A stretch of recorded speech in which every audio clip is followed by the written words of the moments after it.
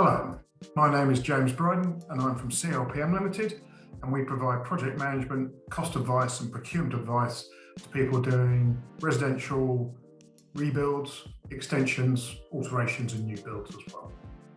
Today I'm going to talk to you for a couple of minutes on how to successfully manage a project and hopefully just cover a few of my top tips. So starting with the first one, you've got to choose a priority. Is it time, cost or quality?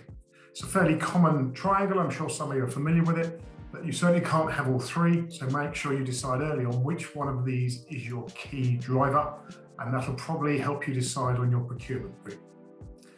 Next step, design, and more design, please. That will really help you understand how your project pieces together.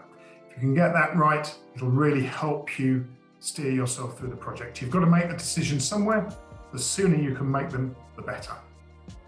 So if once you've got that in place, that allows you to do a comprehensive pricing schedule, which puts you in control of all your costs. So for instance, if you haven't designed the lighting scheme, the electrician can't price the number of lights you need, and so then you're immediately not in control of your costs.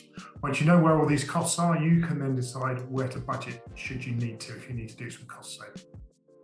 It also means you can understand where some of the interdependencies are and some of your key lead-in times are.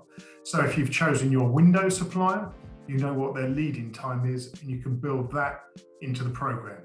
And also then if you know where your sanitary ware is coming from, so your taps and fittings, etc., you can make sure that the delivery time on that is in accordance with your builder's requirements.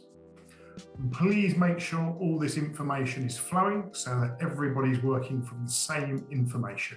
So they're all working from the same drawings and the same layouts. So it makes it very difficult if the plumber's working from one drawing and the carpenter's working from a different one. So make sure they're all working from the same drawings, possibly even pin them all up on site somewhere so everybody's looking at exactly the same information. And then once you've got those drawings, then as the project manager, they can go around and check that what is on the drawings is what's being built on site. So effectively you're getting what you're paying for. So that's me done, a very quick 2 minutes, but I hope that's been helpful.